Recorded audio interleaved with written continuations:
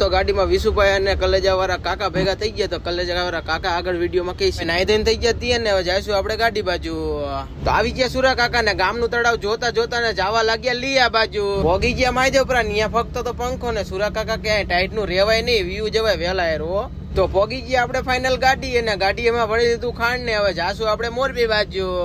આપણે ગાડીમાં બેસી છે ને ગાડીમાં પગે લાગીને મારતી તો સેલ આવી ગયું બહુ બધું પાણી ને જો ટાયર ઉપરથી પાણી જાય. લાગતી હતી બહુ બધી બીક પણ કેવું કોને મનમાં મૂંઝવવું પડે. લાગતી હતી બહુ બધી બીક ને તો આપણે ફાઇનલી ગાડી અમે બારી કાઢી લીધી. ઉમરી ગામમાં થઈ ગયા કાકા કલેજા વાળા ફેરા. કાકાના મોઢે કલેજા સાંભળવું જ પડે.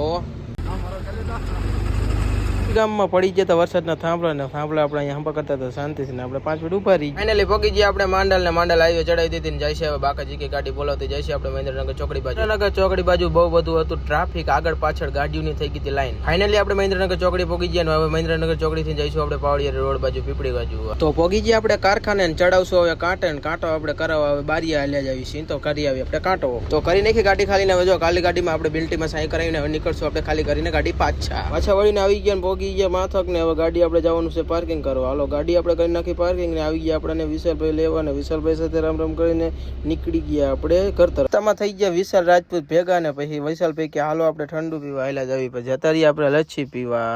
તો એટલી જ વારમાં આવી ગયા રણજીતભાઈ કે હાલો હોટલમાં જમવા. ફાઇનલી આપણે જમી લીધું ને મળશું હવે નવા બ્લોગમાં.